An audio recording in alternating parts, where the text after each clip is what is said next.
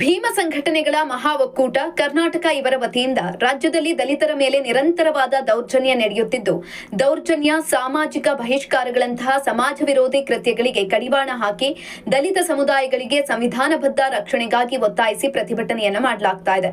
ನಮ್ಮ ದೇಶ ಭಾರತವು 80 ವರ್ಷಗಳ ಸ್ವಾತಂತ್ರ್ಯವನ್ನ ಕಂಡಿದೆ.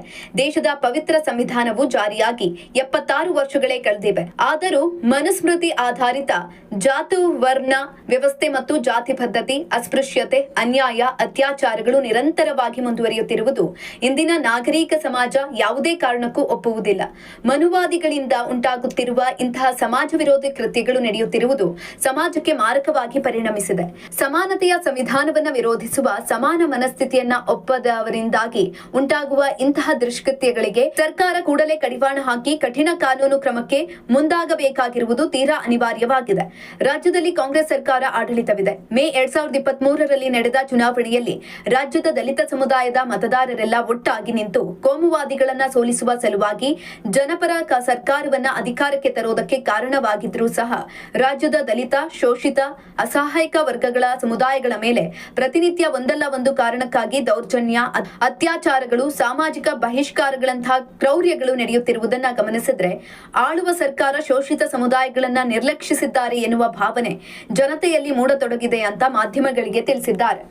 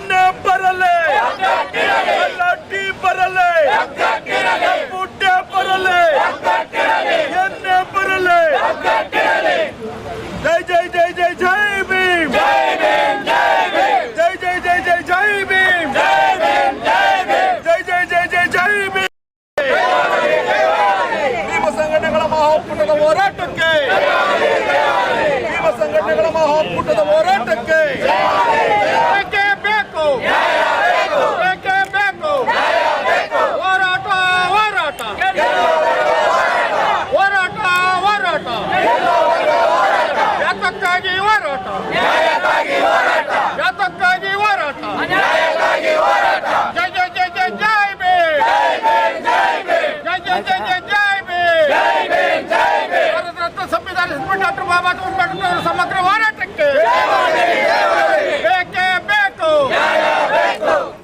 ಗೃಹ ಮಂತ್ರಿ ಅವರು ಅವರಿಗೆ ಭೀಮ ಸಂಘಟನೆಗಳ ಎಲ್ಲಾ ಕರ್ನಾಟಕದಲ್ಲಿರುವ ದಲಿತ ಸಂಘಟನೆಗಳ ಮಹಾ ಒಕ್ಕೂಟ ಅವ್ರ ಬೆನ್ನಿಂದ ಇರುತ್ತೆ. ಇದಕ್ಕೆ ಯಾವ್ದನ್ನು ಅವರು ಅಂಜೋದು ಬೇಕಾಗಿಲ್ಲ. ಏನೋ ಅವರು ದೊಣ್ಣೆ ಹಿಡ್ಕೊಂಡ್ ಬಂದ್ರೆ ನಾವು ದೊಣ್ಣೆ ಹಿಡಿ ಅಂತ ಹೇಳಿಲ್ಲ. ಅಂಬೇಡ್ಕರ್ ಸಾಹೇಬ್ರು ಬೆನ್ನಿಡಿದು ಕೆಲಸ ಮಾಡೋಂತ ವಿದ್ಯೆ ಕಲ್ಸ್ಕೊಟ್ಟಿದ್ದಾರೆ ನಮಗ್ ಸಾಹೇಬ್ರು. ನಾವು ಹೋರಾಟ ಮುಖಾಂತರನೇ ನಾವು ಉತ್ತರ ಕೊಡ್ಬೇಕಾಗ್ತದೆ. ಈಗಲೇ ಕೂಡಲೇ ಕಾನೂನು ಬದ್ಧವಾಗಿ ಅವ್ರ ಮೇಲೆ ಕ್ರಮ ತಗೋಬೇಕಂತ ಈ ಸಂದರ್ಭದಲ್ಲಿ ಹೇಳಕ್ ಇಷ್ಟಪಡ್ತೀನಿ. ಸರ್, ಈಗ ರಾಜ್ಯ ಸರ್ಕಾರ ಅಧಿಕಾರಕ್ಕೆ ಬಂದು 3.5 ವರ್ಷಗಳು ಆಗ್ತದೆ. ಸಿದ್ದರಾಮಯ್ಯನವರ ನಂತರ DK ಶಿವಕುಮಾರ್ ಅವರು ಮುಖ್ಯಮಂತ್ರಿಗಳಾಗಿದ್ದಾರೆ. ಸಿದ್ದರಾಮಯ್ಯನವರಿದ್ದಾಗೂ ಕೂಡ ದಲಿತರ ಮೇಲೆ ದೌರ್ಜನ್ಯಗಳು, ದಬ್ಬಾಳಿಕೆ, ಅನ್ಯಾಯ, ಅತ್ಯಾಚಾರಗಳೆಲ್ಲ ನಡೀತಿದ್ವು. DK ಶಿವಕುಮಾರ್ ಅವರು ಬಂದ ನಂತರವೂ ಕೂಡ ಅನ್ಯಾಯ, ಅತ್ಯಾಚಾರಗಳು ನಡೀತವೆ. ಮತ್ತು ದಲಿತರ ಮೇಲೆ ಸಾಮಾಜಿಕ ಬಹಿಷ್ಕಾರಗಳು ನಿರಂತರವಾಗಿ ನಡೀತವೆ. ಇದನ್ನ ಇವತ್ತು ಖಂಡಿಸಿ ಇವತ್ತು ರಾಜ್ಯ ಸರ್ಕಾರ, ಹಿಂದಿನ ರಾಜ್ಯ ಸರ್ಕಾರ ಸರಿ ಇಲ್ಲ ಅಂತೇಳಿ ನಾವು ಕಾಂಗ್ರೆಸ್ ಸರ್ಕಾರನ ಆಯ್ಕೆ ಮಾಡ್ಕೊಂಡ್ವಿ. ಆದ್ರೂ ಕೂಡ ಕಾಂಗ್ರೆಸ್ ಸರ್ಕಾರ ಆಯ್ಕೆ ಮಾಡ್ಕೊಂಡಿದ್ದ ಕಾರಣ ಇವತ್ತು ಪರಿಷ್ಠ ಜಾತಿ, ಪರಿಷ್ಠ ವರ್ಗದವರು ಕೂಡ ಇವತ್ತು ಸರ್ಕಾರ ರಚನೆಗೆ ಕಾರಣ ಆಗಿದ್ರು.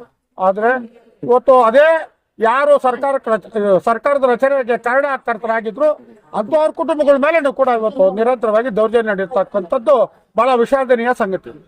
ದಾವಣಗೆರೆ ಒಳಗಡೆ ಬೆಳಗೆರೆ ಅಂತೇಳಿ, ದಾವಣಗೆರೆ ಜಿಲ್ಲೆ ಬೆಳಗೆರೆ ಅಂತೇಳಿ ಒಂದು ಹಳ್ಳಿ, ಅದರಲ್ಲಿ ಬೀರಲಿಂಗೇಶ್ವರ ದೇವಸ್ಥಾನದ ಪ್ರಾಂಗಣಕ್ಕೆ ಹೋಗಿ ಒಬ್ಬ ಯುವಕ ಗಂಟೆ ಬಾರಿಸ್ತಾನೆ. ಗಂಟೆ ಬಾರಿಸಿದ ಏಕೈಕ ಕಾರಣಕ್ಕಾಗಿ ಇಡೀ 140 ಮಂದಿ ಜನ ಸೇರಿಕೊಂಡು ಇಡೀ ಇವ್ರಿಗೆ ಮತ್ತೆ ಅವ್ರಿಗೆಲ್ಲ ಸಪೋರ್ಟ್ ಮಾಡಿದಂತ ಎಲ್ಲ ಯುವಕರನ್ನ ಕಂಬಕ್ಕ ಕಟ್ಟಿ ಇವತ್ತು ದೌರ್ಜನ್ಯ ಮಾಡ್ತಾರೆ ಅಂದ್ರೆ ಅಲ್ಲೇ ಮಾಡ್ತಾರೆ ಅಂತ ಹೇಳಿದ್ರೆ ಇವತ್ತು ರಾಜ್ಯ ಸರ್ಕಾರ ಇದ್ದು ಕೂಡ ಏನು ಪ್ರಯೋಜನ ಇಲ್ಲ. ಅತ್ಯಂತ ನಾಚಿಕೆಗೇಡಿನ ಸಂಗತಿಯ ವಿಚಾರ ಅಂತ ಹೇಳಿದ್ರೆ ಇವತ್ತು ಮೈಸೂರು ಜಿಲ್ಲೆ ಪಿರಿಯಾಪಟ್ಟಣ ತಾಲೂಕಲ್ಲಿ ತಮಟೆ ಹೊಡೆಯೋ ವಿಚಾರಕ್ಕೆ ತಮಟೆ ಹೊಡೀರಿ ಅಂತ ಹೇಳಿದಾಗ ಅವರು ಇಲ್ಲ ನಾವು ಹೊಡೆಯೋಕ್ಕಾಗಲ್ಲ, ಇವತ್ತಿನ ಪ್ರಸ್ತುತ ಸಂದರ್ಭಕ್ಕೆ ನಾವು ತಮಟೆ ಹೊಡೆಯೋದು ಬಿಟ್ಟಿದ್ದೀವಿ ಅಂತ ಹೇಳಿದ್ರೆ ಯಾಕೆ ಬಿಟ್ರೆ ನೀವು ಅಂತ ಅಂದ್ರೆ ಇವರು ಚಾತುರ್ವರ್ಣ ವ್ಯವಸ್ಥೆ ಒಳಗಡೆ ಇರಬೇಕು. ಅವರು ಚಪ್ಪಲಿ ಹೊಲಿಯೋರೇ ಆಗ್ಬೇಕು. ಆಮೇಲೆ ಕಸ ಒಡೆಯೋರು ಕಸ ಗುಡಿಸ್ತಾನೆ ಇರಬೇಕು. ಇಂಥ ಪರಿಸ್ಥಿತಿ ನಿರ್ಮಾಣ ಆಗ್ತಾ ಇದೆ. ಈ ಮನುಷ್ಯ ಸಂಸ್ಕೃತಿ ಕೂಡ ಇನ್ನೂ ಜೀವಂತವಾಗದೆ, ಅಸ್ಪೃಶ್ಯತೆ ಜೀವಂತವಾಗದೆ, ಅಸಮಾನತೆ ಜೀವಂತವಾಗದೆ. ಇವತ್ತು ಸಾಮಾಜಿಕ ಬಹಿಷ್ಕಾರ ಆಗ್ತಾರೆ ಅಂದ್ರೆ ಅದು ಕ್ಷಮಿಸಲಾರದಂತ ಅಕ್ಷಮ್ಯ ಅಪರಾಧ. ಆ ಕಾರಣಕ್ಕಾಗಿ ಇವತ್ತು ರಾಜ್ಯ ಸರ್ಕಾರ, ನಮ್ಮದೇ ರಾಜ್ಯ ಸರ್ಕಾರ ಇದ್ರು ಕೂಡ, ಕಾಂಗ್ರೆಸ್ ಸರ್ಕಾರ ಇದ್ರೂ ಕೂಡ ದಲಿತರ ಮೇಲೆ ಯಾವುದೇ ಕಾರಣಕ್ಕೂ ರಕ್ಷಣೆ ಇಲ್ಲ. ದಲಿತರ ಮೇಲೆ ನಿರಂತರವಾಗಿ ದೌರ್ಜನ್ಯ ನಡೀತಾ ಇದೆ. ದಲಿತರ ಹೆಣ್ಮಕ್ಳ ಮೇಲೆ ನಿರಂತರವಾಗಿ ಅತ್ಯಾಚಾರ, ದಬ್ಬಾಳಿಕೆ, ಈ ತರ ಎಲ್ಲ ಮುಂತಾದ ಒಂದು ಸಾಮಾಜಿಕ ವಿರೋಧಿ ಚಟುವಟಿಕೆಗಳು ನಡೀತವೆ. ಇದು ಕೂಡಲೇ ನಿಲ್ಲಬೇಕು. ನಿಂತು ನಮಗೆ ರಕ್ಷಣೆಗೆ ಪರಿಶಿಷ್ಟ ಜಾತಿ ಪರಿಸರಗಳ ದೌರ್ಜನ್ಯ ತಡೆ ಕಾಯ್ದೆ ಅಂತ ನಮಗೆ ರಕ್ಷಣಾತ್ಮಕ ವ್ಯವಸ್ಥೆಯನ್ನ ಮಾಡಬೇಕು ಅಂತ ಹೇಳಿ ನಾವು ಇವತ್ತು ಒತ್ತಾಯ ಮಾಡ್ತೀವಿ. ಸನ್ಮಾನ್ಯ ಗೃಹ ಸಚಿವರಾಗಿರ್ತಕ್ಕಂಥ ಪ್ರಿಯಾಂಕಾ ಖರ್ಗೆ ಅವರಿಗೆ ನಾವು ಮನವಿ ಕೊಡಲಿದ್ದೇವೆ. ಆ ಮನವಿ ಕೊಟ್ಟ ನಂತರ ಕಾದ್ ನೋಡ್ತೀವಿ. ಇಲ್ಲ ಅಂತ ಹೇಳಿದ್ರೆ ನಾವು ಬೃಹತ್ ಪ್ರಮಾಣದಲ್ಲಿ ಹೋರಾಟ ರೂಪಿಸ್ತೀವಿ ಅಂತ ಈ ಮೂಲಕ ರಾಜ್ಯ ಸರ್ಕಾರಕ್ಕೆ ಎಚ್ಚರಿಕೆ ಕೊಡ್ತಾ ಇದ್ದೀವಿ. ಏನು ಇತ್ತೀಚೆಗೆ ದಾವಣಗೆರೆ ಜಿಲ್ಲೆಯಲ್ಲಿ ಯುವಕರು ದೇವಸ್ಥಾನ ಪ್ರವೇಶ ಮಾಡಿದ್ರು ಅನ್ನೋ ಕಾರಣಕ್ಕೆ ಇಡೀ ಊರಿನ ಜನ ಅವ್ರನ್ನ ಕಂಬಕ್ಕೆ ಕಟ್ಟಾಕಿ ಹೀನಾಯವಾಗಿ ಹಲ್ಲೆ ಮಾಡಿದ್ದಾರೆ ಅಂತಂದ್ರೆ ನಾವು ಇವತ್ತು ಅವ್ರನ್ನ ಪ್ರಶ್ನೆ ಮಾಡಬೇಕಾಗಿದೆ. ಇಡೀ ಸಮಾಜನ ದೇವರು ಅನ್ನೋದಿದ್ರೆ ಯಾಕೆ ಅವ್ರಿಗೆ ರಕ್ಷಣೆ ಕೊಡ್ಬೋದಾಗಿತ್ತಲ್ಲ, ಯಾಕೆ ಕೊಟ್ಟಿಲ್ಲ ದೇವರು ನಮಗೆ ರಕ್ಷಣೆ ಅಂತ. ಇವತ್ತು ಕನಿಷ್ಠ ದಲಿತರು ದೇವಸ್ಥಾನ ಪ್ರವೇಶ ಮಾಡಿದ ಉದ್ದೇಶ ಭಕ್ತಿಯಿಂದ ದೇವರು ಕೈ ಮುಗಿಯಕ್ಕೆ, ಭಕ್ತಿಯಿಂದ ಕೈ ಮುಗಿಯಕ್ಕೂ ಅವಕಾಶ ಇಲ್ಲ. ಅವ್ರನ್ನ ಪ್ರಾಣಿಗಳಿಗಿಂತಲೂ ಕಡೆಯಾಗಿ ಹೀನಾಯವಾಗಿ ಹಿಂಸೆ ಮಾಡಿ ಕಂಬಕ್ಕೆ ಕಟ್ಟಿ ಹಲ್ಲೆ ಮಾಡಿದ್ದಾರೆ ಅಂದ್ರೆ ನಿಜವಾಗ್ಲೂ ಕೂಡ ನಮಗಂತೂ ತುಂಬಾ ಬೇಜಾರಾಗ್ತಾ ಇದೆ. ಕನಿಷ್ಠ ಇವತ್ತಿನ ಸಮಾಜದಲ್ಲಿ ಇಂಥ ಘೋರ ಕೃತ್ಯಗಳು ನಡೀತಾ ಇವೆಯಾ ಅಂತ ಬೇಜಾರಾಗ್ತಾ ಇದೆ.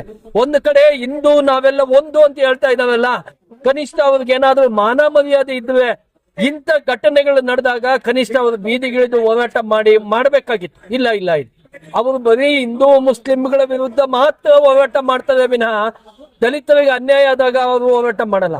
ಅಷ್ಟೇ ಅಲ್ಲ, ಇವತ್ತು ಮೈಸೂರು ಜಿಲ್ಲೆಯ ಪಿರಿಯಾಪಟ್ಟಣ ತಾಲೂಕಲ್ಲಿ ಒಂದು ಸಣ್ಣ ಘಟನೆ ಏನಪ್ಪಾ ನಡೀತು ಅಂದ್ರೆ ನಾವು ತಮಟೆ ಹೊಡೆಯಲ್ಲ ಅಂತ ದಲಿತರು ಇಲ್ಲ, ನಾವು ತಮಟೆ ಹೊಡೆಯೋದನ್ನ ಬಿಟ್ಟಿದ್ದೇವೆ, ಆದ್ದರಿಂದ ತಮಟೆ ಹೊಡೆಯಲ್ಲ ಅಂತ ಹೇಳೋದಕ್ಕೆ ಅವ್ರಿಗೆ ಸಾಮಾಜಿಕ ಬಹಿಷ್ಕಾರ ಹಾಕಿದ್ದಾರೆ. ಕನಿಷ್ಠ ಕೂಲಿ ಮಾಡುವಂತ ಜನ, ಕೂಲಿನೇ ನಂಬಿ ಬದುಕ್ತಾ ಇರುವಂತ ದಲಿತರ ಕತೆ ಏನಾಗ್ಬೇಕು. ಅವರು ರಿಕ್ವೆಸ್ಟ್ ಮಾಡ್ಕೊಂಡಿದ್ದಾರೆ, ಸ್ವಾಮಿ ನಮ್ಗೆ ಇದರಿಂದ ಜೀವನ, ಕೂಲಿಯಿಂದ ಜೀವನ, ನೀವು ಕೂಲಿಗೆ ನಮ್ಮನ್ನ ಕರೀತಾ ಇಲ್ಲ, ನಾವು ಜೀವನ ಹಿಂಗ್ ನಡೆಸೋದು ಅಂತ ರಿಕ್ವೆಸ್ಟ್ ಮಾಡ್ಕೊಂಡು ಕೂಡ ಬಹಿಷ್ಕಾರ ನಿಲ್ಲಿಲ್ಲ ಅಂತಂದ್ರೆ ಸರ್ಕಾರ, ನಮ್ಮದೇ ಸರ್ಕಾರ, ನಾವೆಲ್ಲ ಕೂಡ ಪ್ರಾಮಾಣಿಕವಾಗಿ ವೋಟ್ ಹಾಕಿ ಗೆಲ್ಲಿಸಿದಂತ ಕಾಂಗ್ರೆಸ್ ಸರ್ಕಾರ ಇವತ್ತು ಸುಮಾರು 140 ಜನ ಶಾಸಕರು ಗೆದ್ದಿದ್ದಾರೆ ಅಂತಂದ್ರೆ ನಮ್ಮ ಓಟಿನಿಂದ ಗೆದ್ದಿರುವಂತದ್ದು. ಕನಿಷ್ಠ ಪ್ರಿಯಾಂಕಾ ಖರ್ಗೆ ಸಾಹೇಬರು ನಮ್ಮವರೇ ಇದ್ದಾರೆ, ದಲಿತರು, ಅವರು ಕೂಡ ಶೋಷಣೆ ಅನುಭವಿಸಿ ಮೇಲಕ್ಕೆ ಬಂದಂತವ್ರು.